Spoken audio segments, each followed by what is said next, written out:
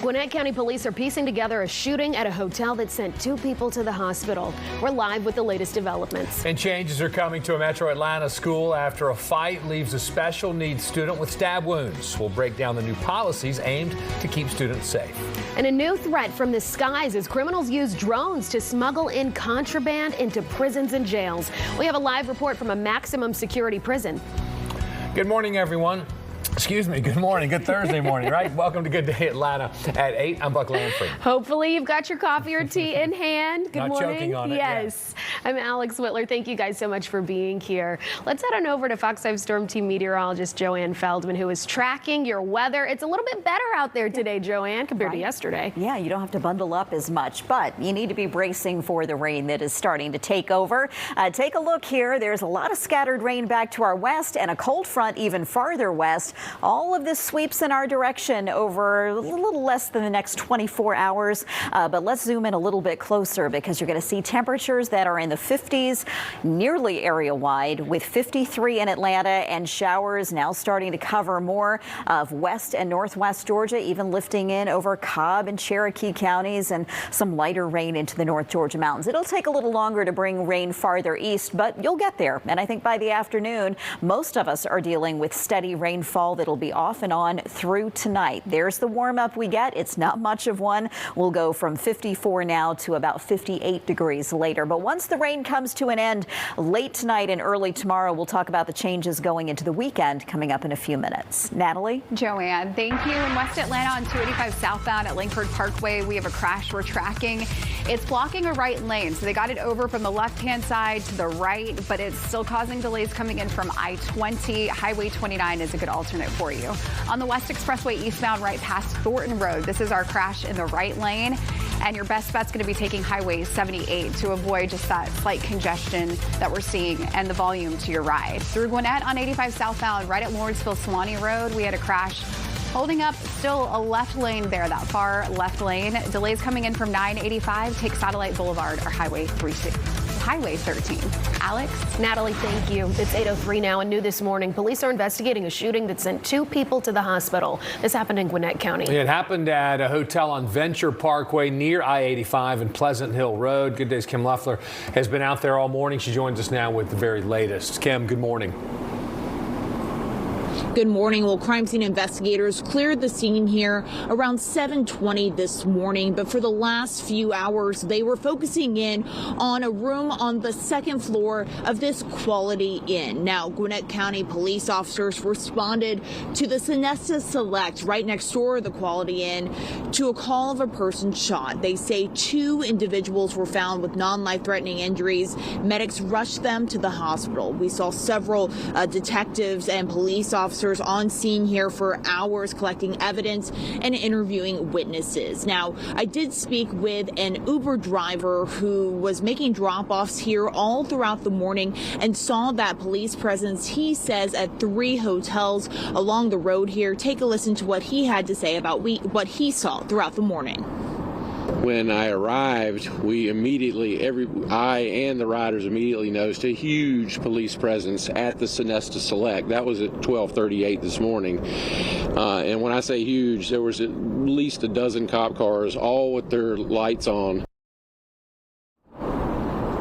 We also did speak with a witness who told us she heard gunshots and then saw someone stumble into the Sonesta Select there.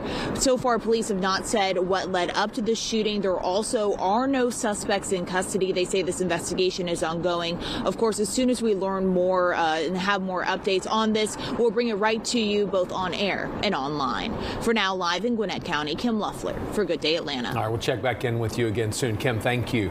Well, happening today, a former UGA football player will be sentenced after being found guilty on state murder charges in Oconee County. The 2021 murder happened at a racetrack gas station in Watkinsville, where prosecutors say Akil Crumpton shot and killed store clerk Elijah Wood. Testimony and ballistics linked the same gun used in that killing to another fatal shooting in Philadelphia months later. Crumpton is already serving a 30-year federal sentence, but he faces additional time behind bars on the state murder conviction. North Atlanta High School makes safety changes days after a special needs student was stabbed by another student in a fight. School leaders say the victim was struck multiple times with a pair of scissors. The attacker faces both criminal charges and disciplinary action. And now the school says it's trying to prevent similar incidents. So effective immediately, students are no longer allowed to bring personal scissors to school. Scissors will only be provided by teachers and collected after class. All staff members will participate in professional development training to understand underlying causes of student behavior, prevent conflict, and safely de-escalate challenging situations. The school plans to also establish a student safety council to provide a structured opportunity for students, staff, and parents to collaborate on safety concerns. And finally, students who are not participating in an organized activity must leave the school building promptly following dismissal for the day. A Meriwether County elementary school reopens today after a flu outbreak forced teachers to switch to remote learning. The Department of Public Health advised Mountain View Elementary's campus to shut down Tuesday and Wednesday. Crews used those days to thoroughly clean the school. And in an updated post on Facebook, officials say classes will resume today as normal. Tensions ran high at the state capitol in Fulton County yesterday as District Attorney Fani Willis faced intense questioning from a Republican-led state Senate committee. The panel is reviewing her prosecution of former President Trump and his allies. Good Day's Mark Teichner is live from the state capitol this morning with more on that hearing. Mark, good morning. Yeah, good morning, Buck. It took more than a year of legal wrangling for this panel to get Fani Willis before them. And when she did testify, pretty safe to say she gave as much as she got. People came into my community and committed a crime, and I indicted them. And rest assured, if someone else comes in my community and commits a crime, I will indict them again. A defiant and even combative Fani Willis stands by her decision to prosecute President Trump and his allies. Wednesday, the Fulton County District Attorney spent more than 3 hours testifying before a Republican-led state Senate committee looking into whether that prosecution should result in changes to the law. You want something to investigate as a legislature? Investigate how many times they've called me the N-word. Why don't you investigate that? The racketeering case against the president and others fell apart when it came out Willis had a romantic relationship with her subordinate, Special Prosecutor Nathan Wade. Wade ended up stepping down. Willis was later removed, and the case ultimately dismissed last month. This is a witch hunt. This is a hearing. Always been a witch hunt. Willis and her lawyer, former Governor Roy Barnes, claimed committee members, 3 of whom are running in statewide races, are just trying to score political points. But committee members say they want to protect future Georgians from unfair prosecution. I think about my friends who spent hundreds of thousands of dollars defending themselves against these politically motivated charges, and that's the witch hunt.